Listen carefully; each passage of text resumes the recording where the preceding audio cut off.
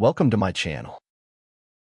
Trapped on a frozen mountain with a dying soldier and a storm that could swallow them whole, one medic makes a choice no one expected. She wasn't supposed to fly, but the life of a teenager hangs in the balance. Watch as Sofia Martinez, once a secret night wolf pilot, defies impossible odds, facing whiteout winds, jagged peaks, and death itself. The storm came down on us like the mountain itself wanted us gone. Snow tore sideways across the outpost at Gray Peak, swallowing the sky in white rage. Wind slammed against the walls, howling like a chorus of angry spirits. The ground shook beneath each blast, and the air burned with ice.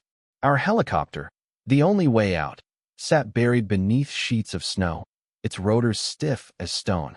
The pilot, Chief Warrant Officer Sandoval, was unconscious in the infirmary, blood matting his hair from a freak accident the day before. Around me, soldiers scrambled, shouting orders that dissolved into the roar of the storm. Their voices carried the same hopeless refrain. "We're trapped."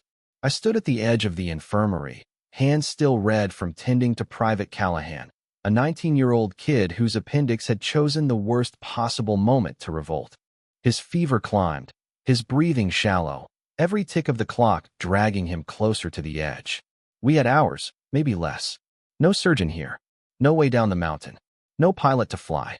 I heard Lieutenant Harper curse under his breath as he pored over the weather reports. Even if command authorized a rescue, nothing could break through this blizzard. He turned toward me, his face drawn and grim. "Martinez, there's no way. Nothing flies in this." I looked back at Callahan, barely clinging on, and then at the chopper beyond the wall of snow. And I heard myself say it, steady and calm, words that felt heavier than the storm itself. "I can fly." The room fell silent. A dozen pairs of eyes turned toward me. The quiet medic, the one who handed out bandages and tea, the one they thought couldn't tell a rifle from a wrench. I didn't flinch. "My name's Sofia Martinez," I said, my voice carrying through the silence. "I've trained for this before. And if we don't move him now, that kid's dead." Their disbelief was a weight I could almost touch, but the truth was already awake inside me, like an old part of myself stepping out of the shadows. And once spoken, there was no going back. "You can't be serious," Sergeant Doyle barked. His breath hung in the freezing air, and the look in his eyes was somewhere between disbelief and anger. "Martinez, this isn't changing bandages. It's a Black Hawk through a blizzard. One mistake, and we all die." I stood my ground. The storm rattled the corrugated roof above us, snow sliding down in heavy sheets. "I didn't say it would be easy," I replied. "I said I can do it." Private Reeves scoffed. "What? You watched some videos on the internet before deployment?" He shook his head, muttering something about nurses and fantasies. Lieutenant Harper raised a hand, silencing the room. His gaze pinned me like a blade. "All right, Doc," he said carefully. "What's your background?" I drew in a long breath, the memory of my father's silver pin cold in my jacket pocket. "Before I became a medic, I trained as a pilot. Helicopters. I completed advanced operations training. I didn't finish certification because I chose medicine instead." The silence thickened, pressing against me harder than the storm. Doyle's mouth opened, then closed again. Harper narrowed his eyes. "Where did you train?" My voice dropped to almost a whisper. "Fort Grayson, with the 160th. The words cut through the tension like a blade. Every soldier in that room knew the name. The 160th Special Operations Aviation Regiment, the Night Wolves. Pilots who flew in weather no sane aviator touched. Men and women trusted with missions no one else could pull off. "You're telling me," Harper said slowly, "that our medic was one of them?" I didn't nod. I didn't smile. I just held his stare and said, "I trained with them. I was given the call sign Frostbite." For the first time since the storm began, the room went still. They weren't looking at me like a nurse anymore. They were weighing whether they believed me. "I walked away from flying after my father was killed in a mission," I added quietly. "I wanted to save lives, not risk them." My eyes flicked to Callahan, his face pale, his breath shallow. "But tonight, if I don't take that risk, he doesn't make it." Harper exhaled, long and slow, before turning to the others. "We don't have options. Either Martinez flies, or we watch that boy die." Sergeant Doyle muttered something under his breath, then finally gave a sharp nod. If you're really frostbite, then prove it. The snow stung my face as I stepped onto the pad. The Black Hawk crouched under its blanket of white, its frame groaning against the wind. To most of the soldiers, it looked like a dead bird.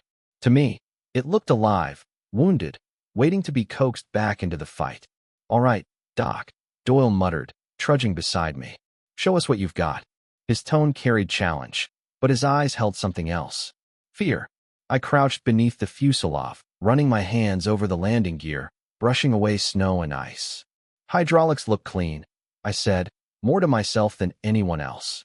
My fingers found the pressure gauge, steady despite the cold. Fuel lines intact. Pumps ready. Doyle frowned.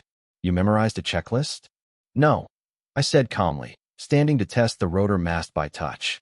"I've done it enough times to know what matters." One by one, I moved through the inspection, checking filters, wiping frost from sensors, tapping valves to hear if they rang true. I called out each detail like a metronome. Engine secure. Rotor clearance fine. Avionics online. The soldiers watching exchanged uneasy looks. This wasn't the medic they thought they knew. Lieutenant Harper approached, arms crossed against the wind. "Martinez," he said, "you realize what you're stepping into, right? Visibility's near zero. Winds are screaming over 100 clicks. You botch one move, you don't get a second chance." I met his stare through the swirl of snow. "I trained for this. Low visibility, mountain operations. I know the instruments. I know how to ride the wind instead of fighting it." Doyle shook his head, muttering, "She talks like a damn pilot." I pulled myself into the cockpit, brushing frost from the controls. My hands slid over them as though they belonged there, and the hum of memory rose inside me. Switches, gauges, rhythms, I hadn't forgotten a thing. "All right," I called out, my voice steadier than I felt.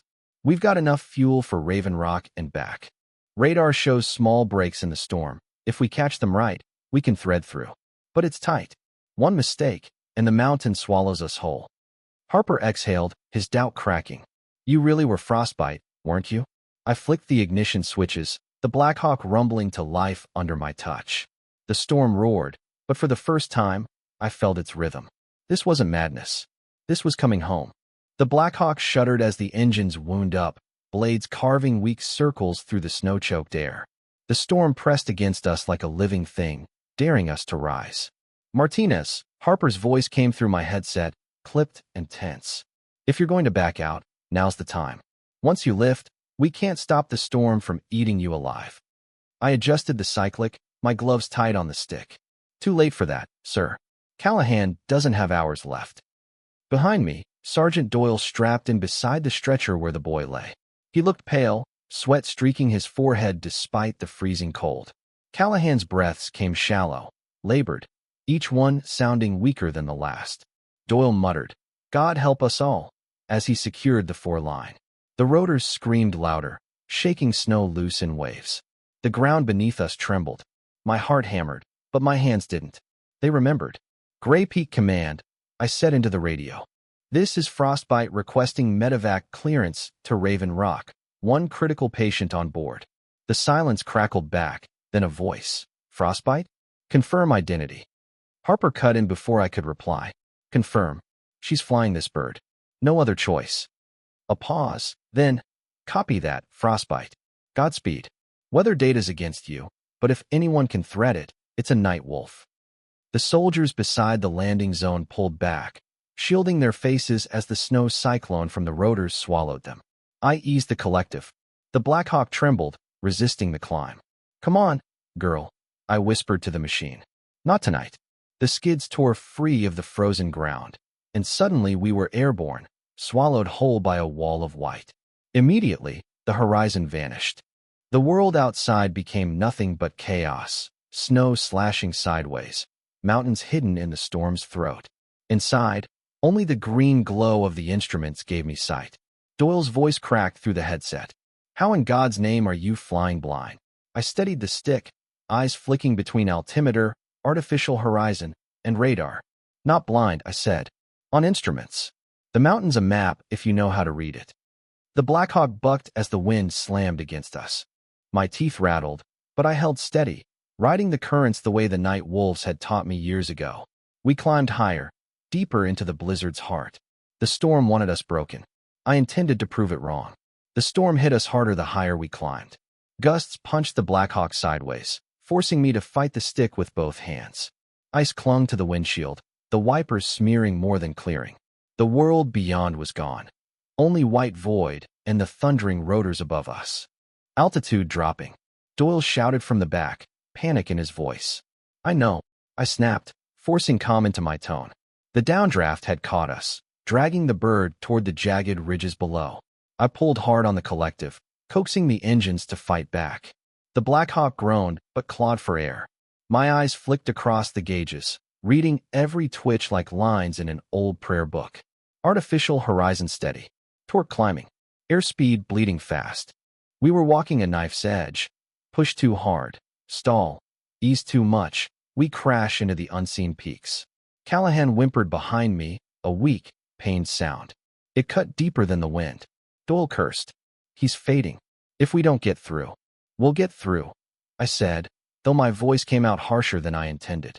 Lightning flared somewhere in the soup of the storm, illuminating the snow in a ghostly flash. For an instant, I caught the silhouette of the ridge, closer than I'd feared. My gut twisted. Hang on. I banked hard, the Blackhawk lurching sideways as the mountain wall slid past, close enough I could almost feel the stones scrape the rotor tips. Doyle let out a strangled oath, clutching the stretcher straps. The instruments steadied. Barely. We were still alive. Martinez, Harper's voice came faint and crackled over comms, cutting through static. Status. Still flying. I answered, my voice steady though sweat ran down my spine despite the cold. He hesitated, then said quietly, Frostbite, we're all with you. The call sign hit me like a spark, an old part of me waking fully for the first time in years. My father's voice seemed to echo with it, teaching me to trust the storm instead of fearing it. I eased the stick, breathing with the machine, feeling the rhythm of the winds through my fingertips.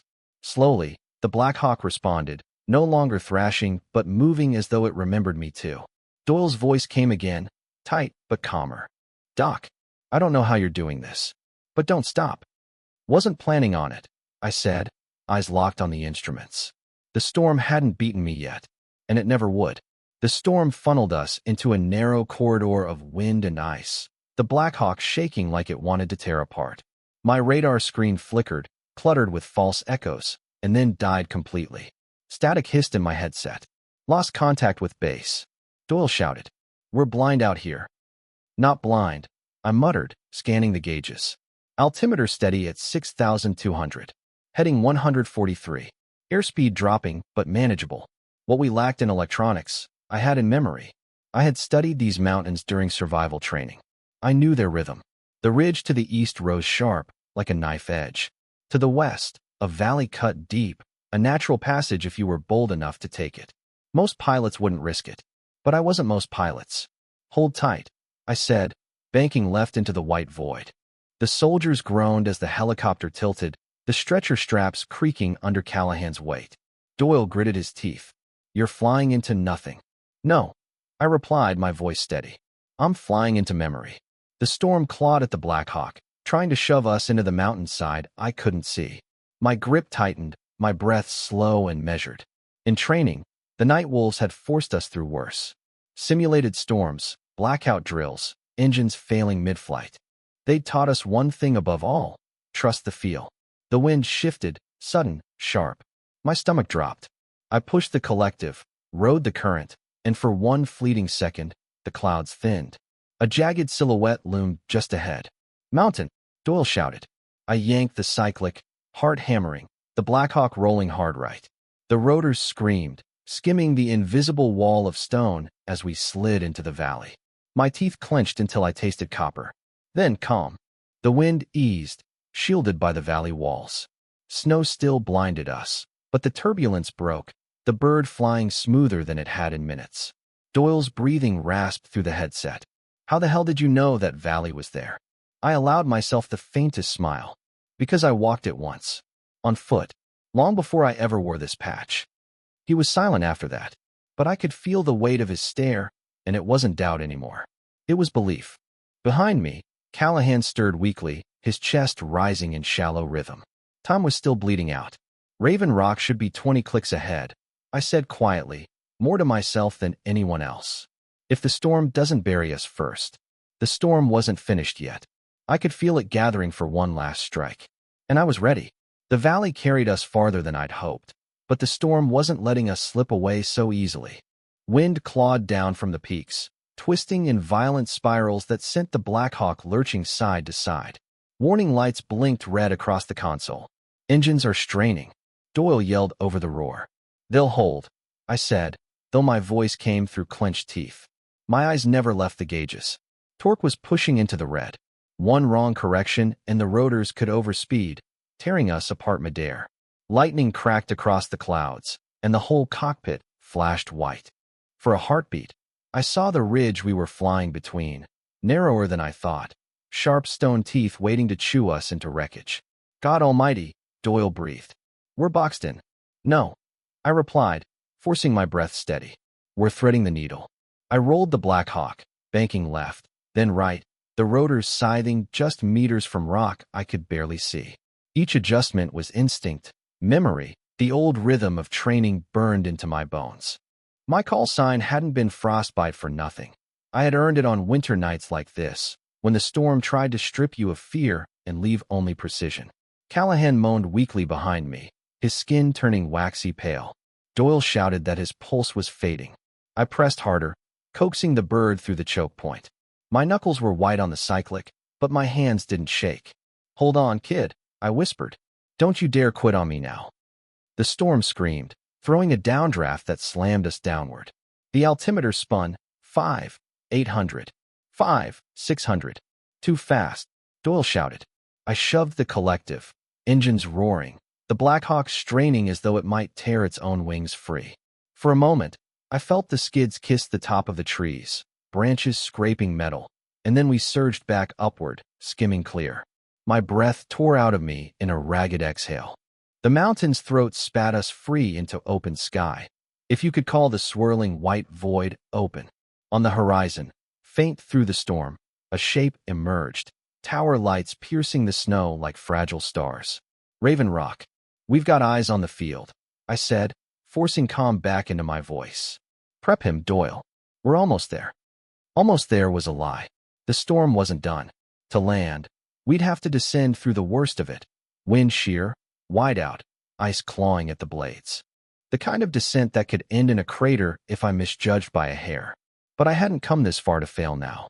The lights of Raven Rock winked faintly through the storm, but they might as well have been stars, close enough to see, impossible to touch. The descent path was swallowed in blinding snow, crosswinds hammering the Blackhawk with every meter we dropped. Wind shears off the charts, Doyle shouted from the back.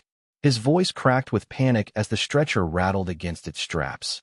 We can't land in this. We don't have a choice, I snapped. My hands were locked on the controls, my body moving in rhythm with the machine. Every correction demanded absolute precision. Bank too shallow, we'd drift into the tower.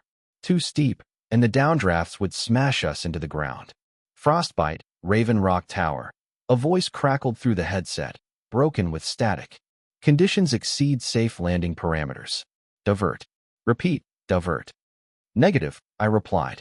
My voice was steel. Medical emergency. We land now. The Blackhawk bucked violently, and my stomach lurched as we dropped 50 feet in an instant. Warning alarms wailed, red lights painting the cockpit like blood. I wrestled the stick back, coaxing the bird to stabilize. Doyle cursed. We're going to crater.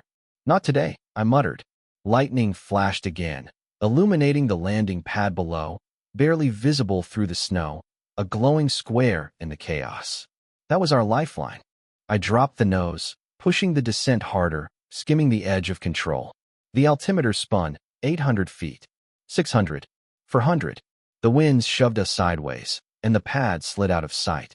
My pulse hammered, but I didn't chase it. I waited, counted the rhythm of the gusts like beats of a drum, and then banked at just the right breath. The Blackhawk swung back, the pad dead ahead. Hold her steady, Doyle yelled. Trying, I growled. The skids kissed the pad once, bounced, then slammed back down with a bone-jarring thud. For a breathless second, I thought we'd roll, but the rotors screamed, fighting the gusts, and then we were solid. Down. Touchdown. I breathed, my voice breaking with relief. The tower's ground crew rushed through the storm, pulling the stretcher from the bay. Doyle stumbled out behind them, shouting for the medics. Callahan's pulse was weak, but alive.